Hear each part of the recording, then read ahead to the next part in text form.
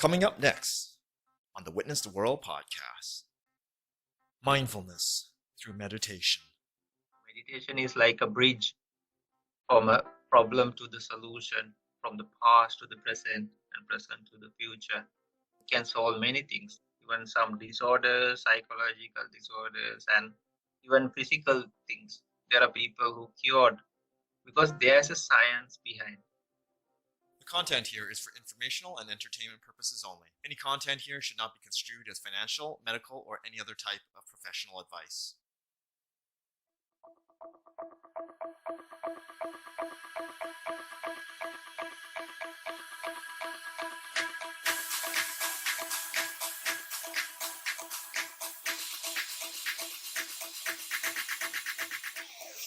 Good day, everyone. Welcome to episode 26 of the Witness the World podcast.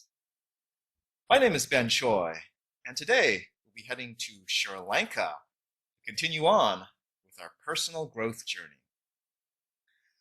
On today's podcast, we'll be learning about the positive benefits of meditation from a longtime practitioner who's been on a mission to help people find peace, enlightenment, and their purpose in life. We're pleased to have with us Sanjivana. Thanks for joining us today. Thank you very much, Ben. Very nice to be here. It's my pleasure. So Sanjivana, most people would know you as a counselor, therapist, and a spiritual mentor. You've also supported many charitable efforts to help the community and those that are most needed around your community. So to start us off, could you please tell us a bit about how you found yourself on this path in life, and also share a bit about what life is like living in Sri Lanka today? Thank you, Ben. So I started when I was a teen, and then I went to a retreat, which was horrible. And I could not, because I was just 18. Then it was like a 2-week retreat, and actually my mother was like challenging me, like, okay, you cannot meditate, no? And they are very religious. I thought meditation nothing, no, because we used to go to the gym and do all these kind of things. So I thought meditation nothing, you just go and sit and wait. And then what happened was I'll just keep it short. And then after going there, oh my goodness, like all these thoughts and monkey mind and wandering, all the negatives, everything just started flooding the mind. Then I started helping. There were some elderly people there. I thought, why just stay? And it was funny, like we were supposed to contemplate on the body and do loving kindness, but it helped me a lot. And then they were telling, like, son, what is the use of these body parts? And I was like thinking, oh, inside my mind, I was telling, like, people sell organs, no? And then why you say this is not valid or anything? So it was the opposite of everything, no? And then about 1 week or so, when you do walking meditation and then sitting and morning and goes on, like on and on for days. One day when I was like doing walking meditation, I felt something different. And then I said, so happy, so peaceful. I didn't know what it was even at that time. And then it was like the evening prayer or chanting time. So you arrange the place and wait for the others to come in the center. So I went and I saw my teacher coming. They live in another place. So I went there quickly and I met him on the way, and I asked, what happened to me? And I explained a little. And this person said, like, oh son, this is called samadhi. And I didn't know what in the world was samadhi, And then I came back, I helped around, and then I waited till the others came. And then there was this big statue of Buddha. And I was like there and I was thinking, like, wow, no, this is so nice. And other times you feel either less or you need more. Then he said about enlightenment. So then I thought, like, why don't I pursue that direction and see? So for 2 years, my friends didn't know what happened to me. I was like going from monastery to monastery and then meditation after meditation, center after center. And later on, I met them again, but I could not look aside. And this led me one after the other. I was ordained for a long time, and I could go to the forest and meditate because of that. I went to Myanmar to practice meditation, and it went on and on. I see. So you kind of had one experience and it kind of added on to another, and then you got some momentum. And so, what I guess my first question to you on the meditation track is like, how did you know that this was like your path? Like you wanted to do this, and then I guess teach others like the ways of this meditation to find that balance there. Like what kind of got you to the point that you say, hey, this is the thing for me? Actually, in life, I was searching for happiness and peace. Mostly in the first part, it was happiness. You try to find, we didn't go to any dark side, but we were seeking, from relationships. So, but when we had this big materialistic goal at that time, I'm not saying they are wrong or anything, but we had, like go abroad or like have this girl and then all these things. And then, but even if you had them at that time, in that period, it was either less or something too much to handle. And there was a big part you had to give it due for that also, right? If you just want to go out with your friends, but still you need a lot of things. So, but here without none of that, it was so happy and so peaceful. And I never wanted to be a teacher or anything. And but as a monk and all, like when I first got ordained, because I had been practicing for meditation for some time and already done some techniques and traditions. So I was put into like teaching. Then, but not very comfortable with it. And later on, went on, and then I also it was a big learning process for me also. You go to some places, you have to work very hard, and then one meal per day, and because you just want to learn the practices, no, and the teachings. So it was like an ancient journey. No? So then you come to the teacher, and then he teaches you something. Again, you go back to work, and then you go for your food for the village, and then come back, and sometimes live in the forest. And later on, most of the time, I used to live in the forest and caves and all. I see. So that's kind of where I wanted to go to next. So one of I guess bios that I was reading about you, Sanjivana, you had some quite profound experiences meditation in the forest and in the caves, and for quite an extended period of time. I thought I read there like you were doing meditation for a long stretch of 48 hours on a given period, and I wonder if you can paint the picture for us. I mean, that's a really long time to dedicate to something like meditation. And like, were you alone? Were you with a group? And like, was that no food, no water? And I mean, out in the forest caves, I'm sure there's some animals out there that would probably do more than just distract you out there. So I wondered if you can just kind of paint the picture and share with us like that experience when you first got out there, any fear, anxiety, or like, well, how was that for you? And how did you get to that point of actually doing something like that? There were times like first you go one time and then you feel afraid and all, no? But later when you go again and again, it becomes so wonderful. And there are places, there are caves, there are ancient places, and there are even places like they make it more secure for you. Like for example, they make up there are like beautiful places with ancient like they even have like a small gutter carved onto the cave. So then you can see even still after all these thousands of years, even in rain time, the water just goes down. It doesn't fall down on or come inside the cave. And some are small, some are bigger. Then you just want to stay there. And what happens is like you are very mindful. You have a lot of time and space, and the objects in the mind are lesser and lesser.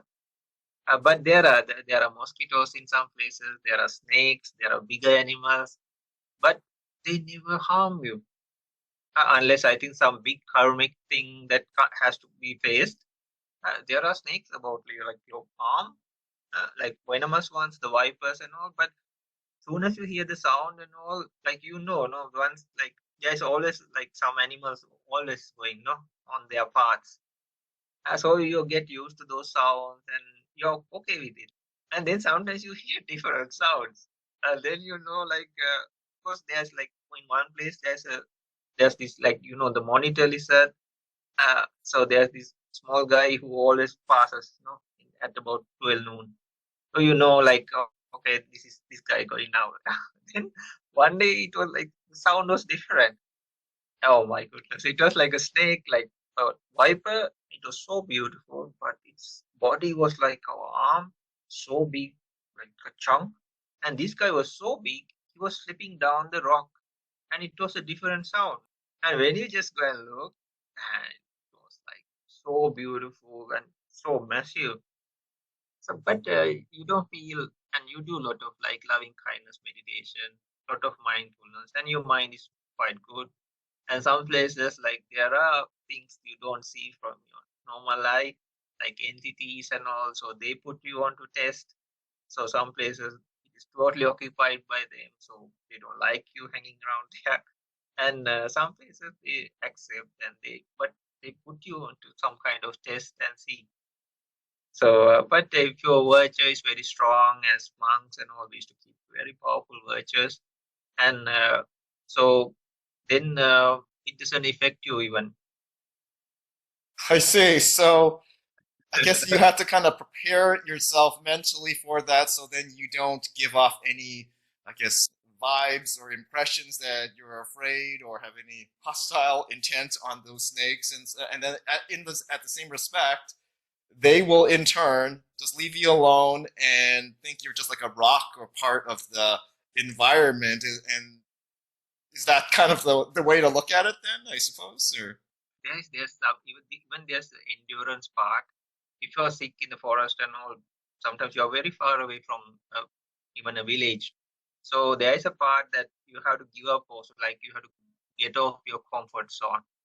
First, it's tough. Now, sometimes you just stay like without a meal, or if you're sick, you have to wait. Sometimes there are places like people just found me after many days, like he was missing. And then I was very sick, but only a few times that happened. Luckily for me, I was like very healthy then. I was when I was doing all those gym things and everything. Those days I had to eat many times, no? But here one meal or sometimes one meal after 2 or 3 days also was fine. And there's a lot of physical as well as mental energy. And in meditation, we can talk about these things. There's a thing called rapture, and when it happens, oh my goodness, you have so much energy. Not the happiness or the that comes also for sure. Your body feels so light, the mind feels so happy, and but when this bliss comes, you have so much energy. You can just go on. You're not starving yourself or like depriving yourself. Nothing. You just sit, and then you think, okay, maybe like, yeah, go tomorrow. Then you're not starving and like, my goodness, I'll get gastritis or something, nothing like that. So you can just sit, and sometimes it just goes on like 1 day, 2 day, 3 days. You can just go on. So about that practices, yeah, not only me, they are like, this happened especially when I went to Myanmar, and we were all practicing very hard. And one of our days were like more than 12 hours, and I stayed there for like the retreat. For me, it went on for like almost 4 years. Within that time period, there was like a lengthy process of learning from the very basics till the very end of practices. So those teachers taught me everything, and I was really happy to drop everything and learn from scratch. It was very nice. Then after that, yeah, everybody was trying very hard at that time, and our normal day would be like 10 hours, 12 hours of practice, and a good day would exceed more than 12 hours. So the bio and all, actually it was made by another person to help me out, and they have built in these things. They are also, everybody was practicing very hard, and a normal time period, and you get used, but it's gradually happening. You just practice 1 hour, but our teachers, their normal limit was like 3 hours of practice, the standard. And then after that, when the concentration was building and all, we gradually increase the time. It's not a forceful. Before there were practices, we used to force ourselves to stay, and after about 3 hours, oh my goodness, it was so painful. You don't move, no? And but that is not the way. And then you build your concentration. After you build your concentration, your physicality and mentality becomes so light and so comfortable. That is the proper way. But we used to force ourselves at some centers and all. After 3 hours, it's so painful. But after 5 hours, it goes into like a flight mode and you don't feel nothing anymore. Maybe numbness and everything takes over. But still, you win like things like pain, and you overcome them. It takes you to the highest peak, and then I was just checking out my limitations, capacities, and putting the physicality and mentality into test. So you can go beyond things like fear, beyond things like pain, and it takes you to the peak of things and tries to like put all the things possible. But after you sweat even, then after that it's just a drop. And even the biggest pains, it turned into like heat, and then it was just like a pulse. I'm not telling pain was not there, but it was like 50% less. And what happened was like it was just like a pulse later on. From that day on, I was never afraid of pain. Wow. Okay, that's quite a transformative experience there, Sanjivana. So, you know, just listening to you here, I think my biggest takeaway, and correct me if I'm wrong, it's like the meditation. If you, or maybe some other activity similar to meditation, but if you commit to something like that for that long, it'll help you kind of get a grasp and handle of your mind, how it works, and then your mind kind of controls the body. I just wonder, is that one of your biggest takeaways? Well, like meditation is like a microscopic view of our life. Then, for example, okay, like we take blood samples, or people like doctor, like physicians take or ask you to give. So they don't draw all the 6 liters of blood from us, right? Just a little tiny bit, and then that also from that they take a little bit, maybe put it on a slide and put under a microscope. From there, they can check the DNA if they like. They can check what is going on, even if there's some diseases or some kind of thing, and how to treat it, what to do. They would even give after analyzing. So likewise, meditation is like you have a microscopic view of your life, and things we are going on now. You have a miniature way of seeing them through practice or meditation. The same kind of emotions, reactions, everything, we have it happening while practicing. So a very nice way to fix things in the most subtlest places that can expand to your life. Usually fixing things outside is kind of like tough and a lot of work you have to put in. But what if you fix it inside and then project it outside? It will be easier fix, right? Human mind has so much capacity, so much kindness, so many positive factors. Only a little bit of negative is blocking everything. It's like we have something very precious, a layer of dust is just covering it. So if you just brush it off, all the precious things start appearing. And we all have that capacity. So this is something that everybody can learn how to do and be better. So I like where you're kind of going with this, Sanjivana. So because I've been thinking some of my observations over the years, like the world has been moving at such a fast pace. Things are changing. Technology is transforming our lives so quickly that when things are going so fast, we forget to kind of slow down and have that the time out to have that moment of clarity and just be in the moment and be present. I think that's missing for a lot of people in our lives, and I know that's kind of been missing in years gone by for me, and I've learned to incorporate meditation and other stuff in my life. So just wondering, from your perspective, you've been a practitioner for many years at this. Is that's something that's really missing in our world today? People need to slow down, and otherwise that's going to cause consequences, mental health things, and maybe meditation is one of the great tools for us to do that. Just wondering, yeah, if you could speak to that. Yeah, like a meditation is like a bridge from a problem to the solution, from the past to the present, and present to the future. So it can solve many things, like even some disorders, psychological disorders, and even physical things. There are people who cured because there's a science behind.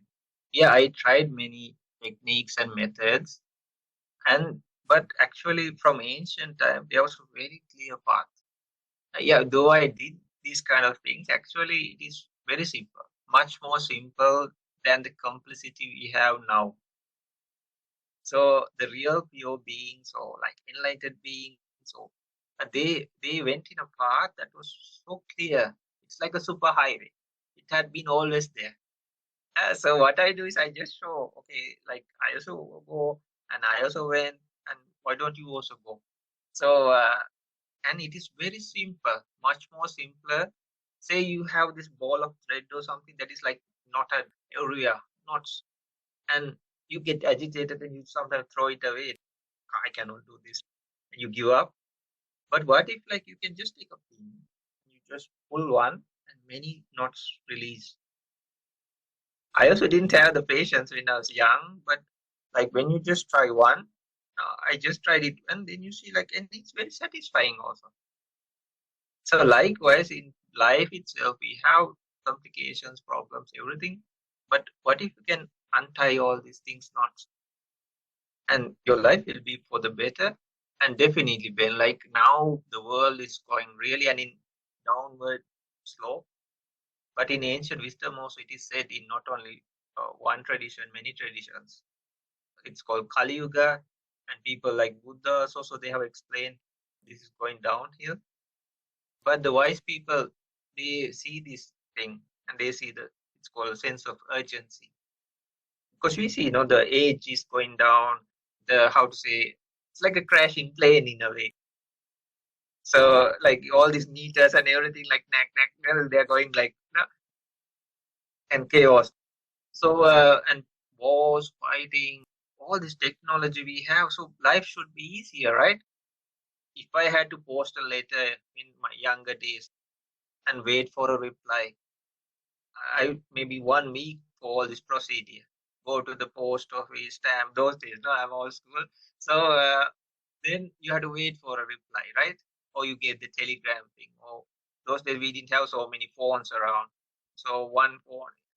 So you dial the phone or like, so when you're very small, it was just in one few houses or in only in the post office. So you go there and get the call. But now we have mobiles, we have internet, and it gets better and better. So we should have more time, right? Because we don't have to wait for 1 week to get a reply. It's far all that time is should be saved. But now even the youngsters don't have even the time that we had before. They don't have the time to play around. So even the people like they say like, and people think it's the opposite, like being busy is a great thing. I don't say you have to drowse yourself being lazy. Even as a monk or even if you go to the forest, you cannot be lazy. You have to be diligent, you have to practice. So but what is the point? It seems like a rat race, and all this world is going towards war, and then people are like kind of like making it a business, and these are human lives, whichever part, whoever they are. But the technology should be used for better of humanity, better of all beings, right? Because there is the possibility, but everything is like commercialized and used for worse means. Spiritually, if we can awaken and see, then we can spread. And then there's a great and deep teaching of this. For example, there's called conceptual reality and ultimate reality. In the conceptual, we don't deny that. We say like for genders or like countries and names, we have mutual respect. But for example, but these sometimes turn religions, like ethnic groups, these kind of things. But now all these things, like for example, like religions and all, now it is a reason for people to fight about. It should be a thing that brings more happiness and peace, right? But now people are fighting over it. Oh, they can even do worse things. So, but if you see like beyond this concepts, there's the ultimate reality. In that ultimate reality, everybody can be one. Because you go beyond the concepts or the ideology or the views of a person or a thing, and you go to the most subtlest factors like materiality and mentality. So then it is like you have all these ice carvings, and you can have these bad figures, good figures, male, female, this religion, that religion, this country, that country, but all are made from ice, right? You can say one is better the other than the other, but what if you dissolve all and put it back to its more natural form? Because they were made of water, right? And even if you make them and keep and try to put it put it on a pedestal, it still melts. Even if it's in a big grand hotel, right? You see it melting. It's not forever. So why not we can put it down, like mix all. We can have the carvings, no problem. But see the reality of it. Then it's so nice. Like people can live in so much harmony and peace. And all this, how to say, the thirst for power, like the craving, it just disappears. You know you're not forever. And you're like a speck in this entire universe. The ego factors, the negatives, they start disappearing. Those are some Okay. interesting insights there, Sanjivana. I think there's a couple takeaways I had there. It's I think basically that people and society, we kind of lost, the view of what's most important in our lives. And you were talking about the technology. It's just ironic that we were saying back in the day we had a dial-up phone for those that remember that, and now we've got like a cell phone. You got computers and to write email. But back in the day, we had to write a letter. You had to wait for that letter to come in the mail. So in theory, we should have more time to do other things, and yet saying that we're busy, busy, busy all the time, that's like that shouldn't make sense since we have more time to, to do things. So you hit on some interesting points there, and wanted to kind of turn over next like to what we can do to help improve ourselves if we have that busy mind, or you called it monkey mind, having 5,000 thoughts in your brain going on at once. I at one time was like that, and I managed to really kind of bring that down to a very manageable level now. So wondered, with your expertise, just wanted to get some pointers from you on how we can, maybe if we're exploring, something like meditation as an activity to help us, calm our minds and be more focused.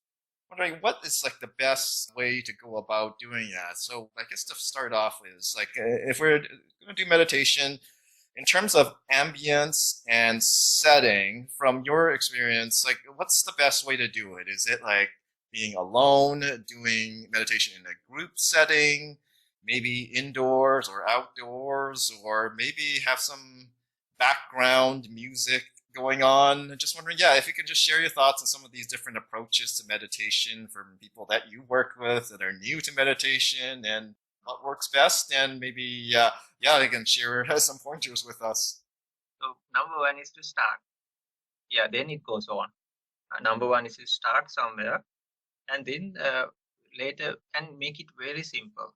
I saw like I also tried different things, and sometimes I tried like few traditions at once, and I was first trying to go like for very big things, big names, no big ways, and I like, oh, I'm practicing this, I'm practicing that, but actually going for the most simplest versions. For example, breath, loving kindness, and just start somewhere, wherever you are. More silent, more comfortable you are, more better. But it's just to start, and then as you go, things start happening.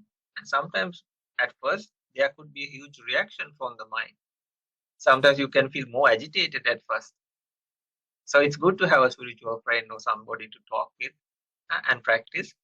I have noticed like 4 things that are common over the years for myself as for others. They are like same place, same times, same postures, and same method. These four, same place, same times, same posture, same method. So these four, if a person can just follow up, and it becomes like a habit, just like any other thing. So same place means like, the static electricity, right? So when you even take a comb and just brush, we used to play around when we were kids, and then after some time there's the static electricity. Sometimes you get it in your fabrics even because of some movement. Even if you take something object and move it above a magnet, after that it also gets the energy, right? Or even a small pin, if you just move it on top of a magnet. So likewise, if you select a small place, like even a small corner where you are staying, and after some time there's a gradual build up of that energy. And some days you feel lazy, some days you may be tired, but when you go there, you feel charged up. And when some places like ancient places, oh my goodness, when you go there, all your concentration and all just goes like rocketing up. There had been nobody there for like, I don't know, there are like dust layers like 1.5 feet. But when you go there, it's so cooling even in a very hot day, and you cannot even talk. It just settles down. There was one time there's a young man and younger than me, and we went to visit one ancient place, and he was more jabbering than me also. And we were talking. It was like noon. It was very hot, and this was an area also that was hot. And we went. We got permission, and we was looking at these beautiful ancient caves, and we were talking, and I was answering him, and we came from a it was so hot.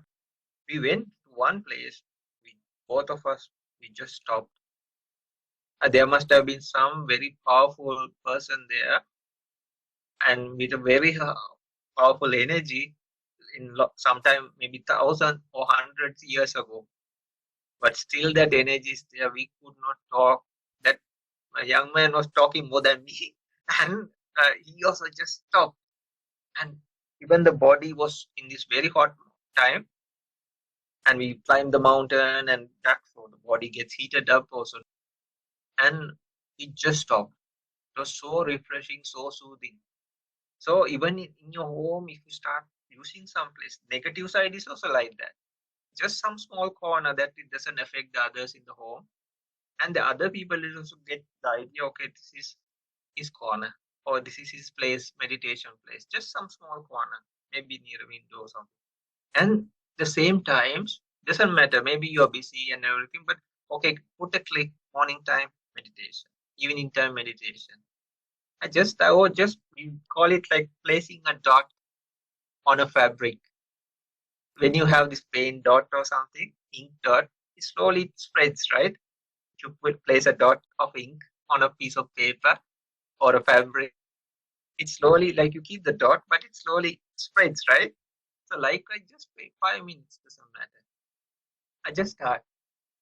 And in the evening, just come back. Maybe you are a young man, young person, or person who's going for work. Just sit. We sit on the couch and we relax, right? Some people use different methods, even like smoking or something, or watching TV, but still they try to relax, right? Drink a cup of coffee. But why not take a wholesome object and just try to relax?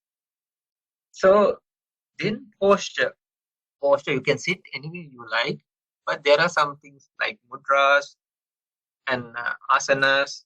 So that is considered like, you know, the animal cobra, Right, the the snake cobra. cobra, right? Yeah, Yeah, cobra. okay, right. So when it's stretched out, even like other animals can come and pick on it, right? They just come and like even the crows or like birds come and like tease it, right? But when it's coiled up, it's about not winning or losing. But when it's coiled up, it can face any kind of thing from any direction because its maximum physical and mental strength is at that posture. For a human also, if they can, if they have physical difficulties and all, it's no problem. But if you can sit in a posture, what happens is usually we are like those ancient artifacts in Egypt and all. Our hand is in one place, our head is in one place. We are thinking something, but energy is dispersed. So if you stay in one posture, actually we reserve the energy and make it like complete, like a circuit is completed. So it helps a lot. And you close your eyes, usually you are not focused on the five senses like the eyes, ears, nose, tongue, and body. So you're focused on the, maybe some people call it the third eye, they call it the heart base of different traditions, but you are focusing inwards. And then some same practice, because if you use the same practice, what happens? The negatives come, there are challenges you face, but the repetition process, what happens is like it starts building. If you change the object here and there, you do bits here, bits there, then you cannot really get the benefit of what you're practicing. It's okay to try out, you can do it. There's plenty of freedom, nobody's forced or anything. But just keep something going on, just like life. Keep something steady and going on, right? In a positive way, a wholesome way. So that's why I'm telling this definitely directly affects our lives in a good way, wholesome way. And finally, Ben, I would like to share like about this topic. Very, if you fix ourselves, we can fix everything outside for the better. There was a child who got a puzzle, a jigsaw puzzle. So one of his parents brought it, but it was about the world. And child was very intelligent. The child saw like an image of a man, maybe a print on the jigsaw puzzle. And he was asked to, or he or she was asked to make the jigsaw puzzle. But this child was very clever. The child started making the human figure. And when it was flipped to the opposite side, the world was already fixed. So likewise, if you can fix ourselves, there's a lot of things like our people around us and in the society, even the world benefits. So practice, we are consistently bringing up a wholesome thing in our minds. So thanks for sharing those insights, Sanjivana. So one of my biggest takeaways from your discussion there, so it was the word consistency that kind of rings through to my mind. And so meditation, it doesn't matter if we are, doing it maybe let's say for like 10 minutes a day or in the morning, in the evening, or with people, without people, with background music or not. The key is just being consistent. And if we're consistent with that program over time, eventually we should see benefits. And I guess that's the next question I have here. What's a fair amount of time for someone, in this crazy world? We're always so impatient now. We were talking about that earlier. Like we have more time, but we don't think we have more time. And if we tried a meditation approach for maybe let's say 1 month, and is that a fair time to assess? Maybe I gotta go try a different place because it's maybe I'm not feeling I'm getting a benefit. Like I guess maybe this one of the indicators. Maybe if you're feeling more like if you're not feeling any less distracted, less calm, less stressed, like then maybe that's a good time to change it up because those should probably be their key indicators to see if it's a good setup that you've been doing. Is that fair to say, Sanchvana? Yeah. Like usually, it's like the psychology. Like for us to build up a habit takes at least like maybe 1 month or so, or 40 plus days. So usually a habit for the worst as well as the better. Nobody starts with usually even a bad habit. First, it's difficult, and then they get used to it. Say for smoking, then they are addicted to that, and they cannot be taken off also. But these are not wholesome and not healthy, bad practices. So for the good also, there is a process the person should get used to. So usually it takes at least 10 days or more for the physical body and the mind to adjust for some practice or place. Then if you just keep doing it, and if you are very busy, you can just sit on your place and just try to go. And surely, like when it's good you brought it up. First, you can use music, all the things. Like we were trying very hard, no, we didn't know, and it's too much. We were like just sitting on the floor, maybe with a small mat, and just try to go like hardcore. But it is too much because you have to face the music of your mind as well as when you are like hurting yourself, maybe at the ankles and everything. It's too much. So later you understand, okay, this is not the way. You can use cushions, you can use support. So at first I would recommend anybody to be very comfortable. Use all the cushions you need. If you can elevate your body, maybe the hips above your knees level, maybe 2 or 3 feet high, no problem. It's very easy to sit like that. And if you place your knees on the like the surface of whatever you are sitting upon, and then yeah, usually I have to be honest with you, okay? So I'm just telling, like, don't like freak out or anything. So usually for something to work, that it should be done maybe more than 1 month properly. And usually for a very busy person, it is said like at least 2 hours per day. Like not only me, like very ancient teachers also used to recommend this. So 2 hours per day, 1 hour in the morning, 1 hour, but gradually start working on it.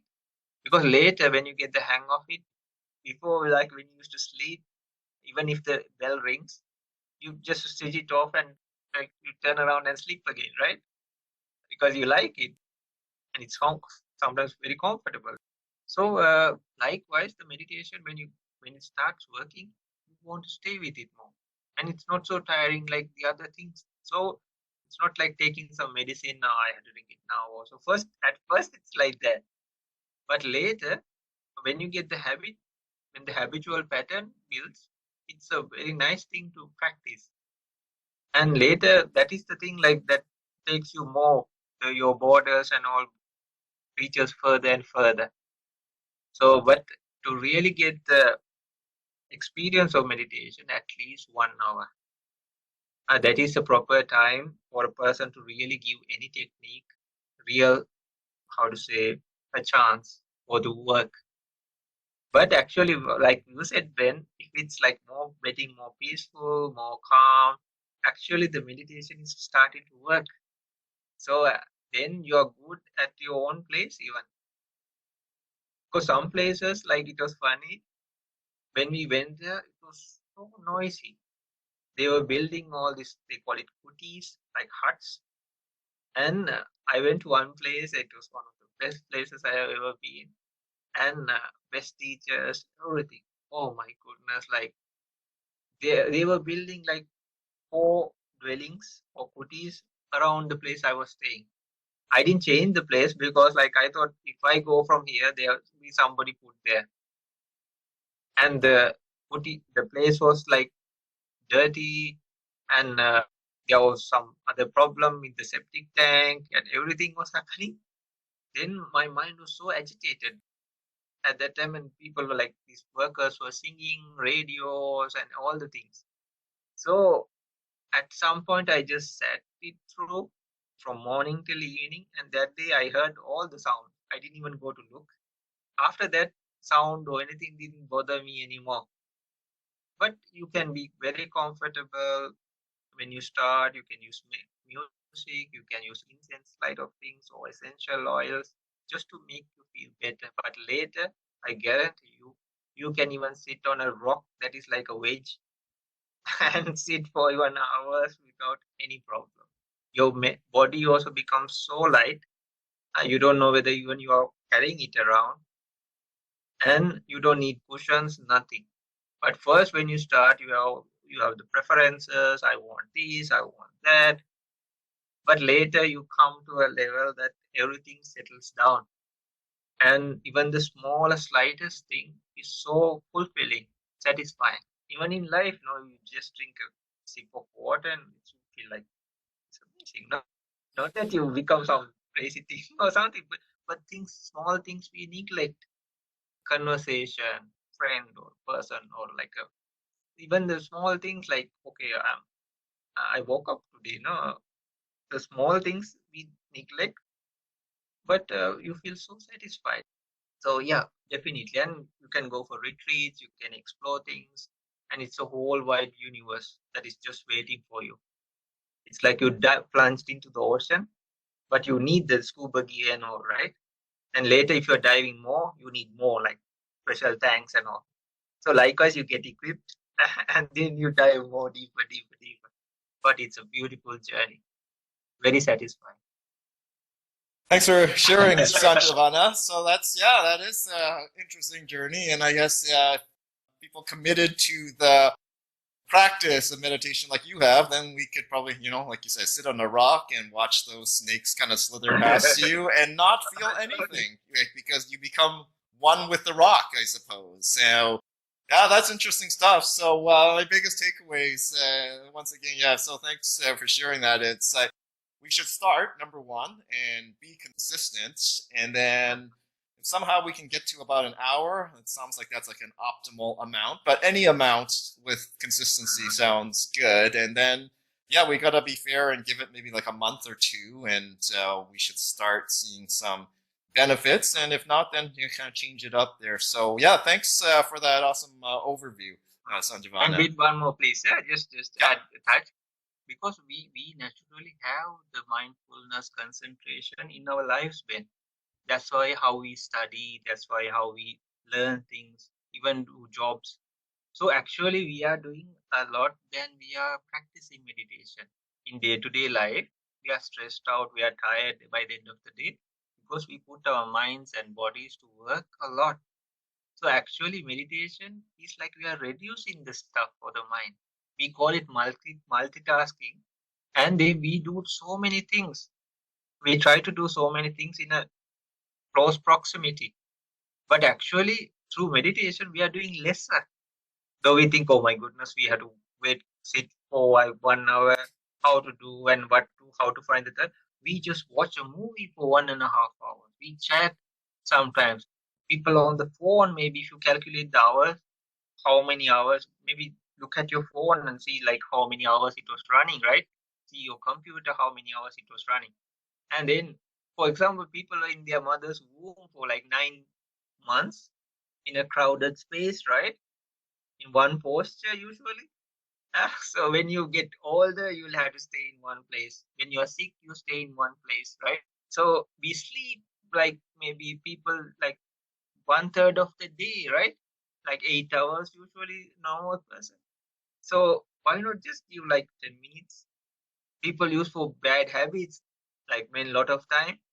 But this 1 hour thing, well, it happens gradually. And you're after that you feel like doing it. Just like any other thing. So we start from some place and then when it like you feel like it just goes on like that. It's not like you just jump straight away like to 1 hour, and but gradually you can build it up. But sooner you build it up, the better. So actually, we are doing lesser than what we are doing naturally, like in a normal circumstances. But still, a normal person also has concentration, has, for example, animal who is trying to catch another animal. They can stay still, no, for a long time, and they don't move, but the intentions are not good, no, maybe to harm and kill and eat this animal. But they also have some kind of concentration and awareness. Even not only that, they have the awareness. For example, you see these videos, no, like lions jumping on animals, and they are like kicking. They know how to escape also, so they are mindful of that also. But this is called wrong mindfulness, wrong concentration. You can plan something, no, like a robbery or I don't know, whatever bad thing, and still it builds up, but it's unwholesome. It has very bad karma. So what we are trying to cultivate is good, wholesome mindfulness. We cross the street because we are mindful, no, of either side vehicles. Otherwise we get knocked down, right? We can do the jobs. We eat. We don't poke the spoon in our like small days because we are mindful. So we just need a small tune up only. So it's not a big thing. People think like meditation, you sit and it's like the goose trying to put the golden egg, right?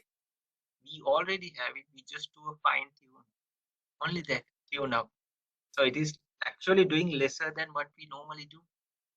That's a great way of putting it, Sanjivana. It's like a tune-up, and we have more time than we think we do. Because on your phone, you can check out screen time and how much time you spent on each app. And I think all of us, I've done it on occasion, and it surprises me how much time still, even after cutting it down. So yeah, we do have more time than we think, but start small, and then we can kind of build the momentum from there. So that's good.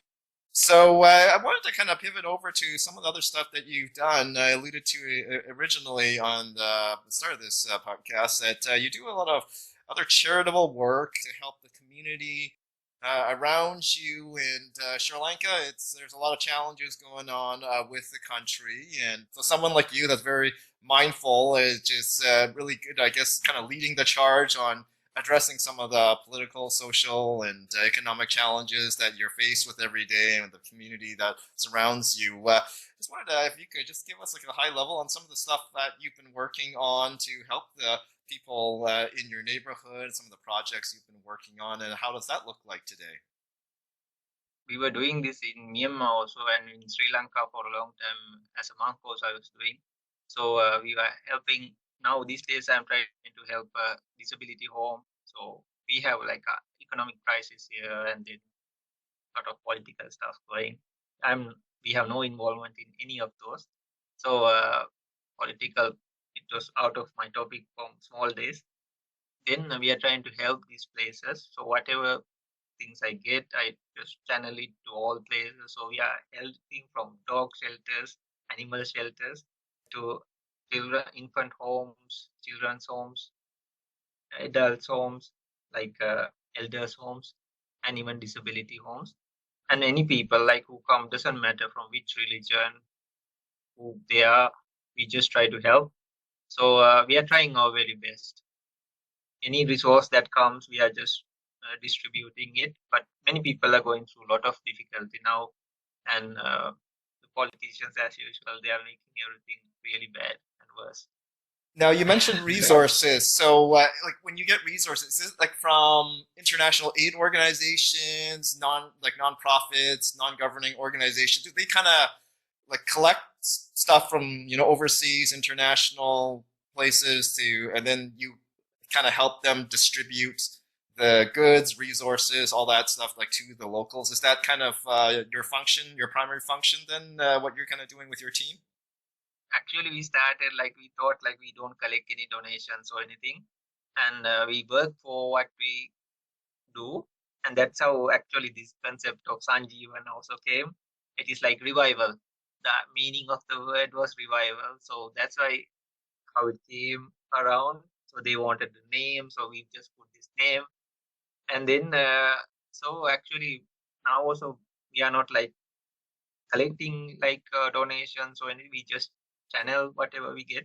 It's not like we are not clear like linked up to many organizations and getting the donations. But if somebody's like really prepared like that, we can do it in a very honest way and very legit and honest way. Because whatever, if there was something like that, we would not use any of that. We would just it receive to the needed people, and we can show all the figures and everything. That had been the case if there was any kind of donation. But whatever we work for and all, we just channel it and give it to anybody who's needed, from the poor to the sick, even into like animal shelters, because they need like a lot of resources to feed, to care, and to look after these people and even animals. I see. So, for let's say people outside of Sri Lanka that wanted to help the people of Sri Lanka, I mean, we've seen news stories. I think last year was in the last year. That was 2022, where there's a big political change. I know you're not into that, so there's a lot of need because of like the poverty, everything going on there. So, what's the best way for like someone like me, someone like in other countries to help with aid and bring in aid, and what's the best type of aid to, I guess, send in? Is it through those major international organizations, or is there a better way to make a greater impact for the people? Maybe there's just another better way of doing it. I wonder what your thoughts are on that. Yeah, I cannot stop any kind of donation or anything. No, like it's a dana, no? It's a like a good offering, and it's very meritorious. So I don't want to stop any of those. But if you can do it personally, that would be the best way. Or like just see what is required for that place. Just then sometimes like some places they don't need money, no, they need like food items. Some families the children need books. So if you if in a way you can organize or like do things like that directly to those families, or just check on the organization what they are doing, how it's functioning. Because some like there are some NGOs and all like not very legit. So you don't see, they do a little bit, but you don't see like there are so many people there, and the health system is crashing, educational system is crashing. So you can do so much for little children. There are some children like they cannot go to school because they don't have a pair of shoes. No, they cannot buy the books. They don't have any lunch to take at school. If you can just really focus on what is really required, and then check how legit it is, or you can see how they are working and functioning and what is really going on, and maybe directly also if you can get involved and do the donations, that's even better. I see. Okay, yeah, thanks, Sanjivana. So we should kind of do our research first to kind of explore like the NGOs and profits, and then maybe more of a targeted approach to get the aid and yeah, maybe like shoes, books, or whatever supplies there, and I guess maybe check some of their websites to see what is most needed, and then kind of take it from there to help everyone in Sri Lanka. Okay. And through experience, like if you see like and just you don't have to do like big research on things, but just see what really happens. And because legit places they would show like exactly, okay, this is happened, these are the things, this is what we received, this is what, okay, they can have some of their expenses like traveling or they also need, but it should be reasonable at least, and not like, well, like two-thirds go to them and then just one-third goes to the poor family. And I'm not telling everybody's corrupt and all, but just see, are they like really getting it? Just see like the end result. So one time you can do maybe a small donation and see what's really going on. And if it seems legit, no problem. I'm just telling like we just should see like if they are really receiving what they need.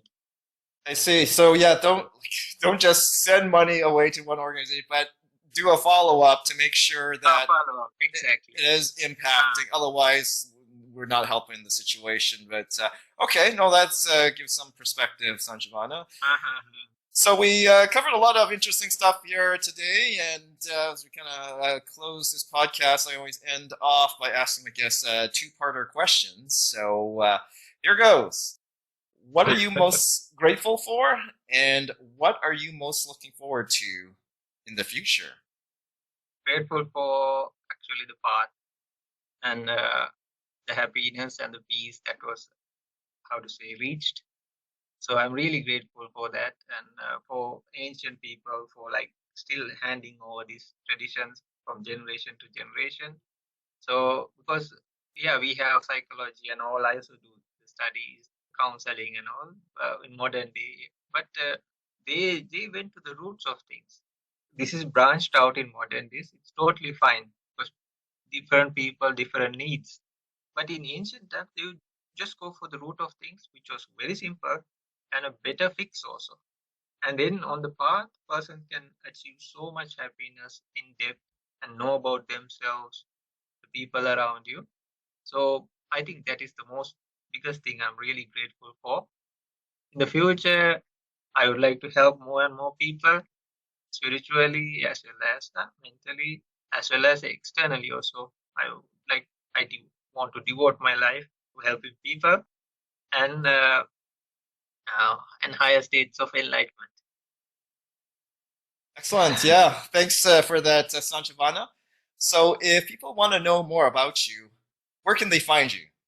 Or we have this website. It's the same name. It's not propaganda. They didn't have a name, no? So we just stuck the name in. I have on LinkedIn and some social media also going on, but not very strong. But if people can look up to that also. Thanks, Sanjivana. we'll be sure to add some links and details to our show notes. So that's a wrap for episode 26. If you like this podcast, please give it a thumbs up or hit the subscribe button below. If you didn't like this podcast, give it a thumbs down, but please do tell us why with a comment below. If you have any other comments, feedback, or suggestions, you know what to do. Thanks for joining us, and Namaste, everyone.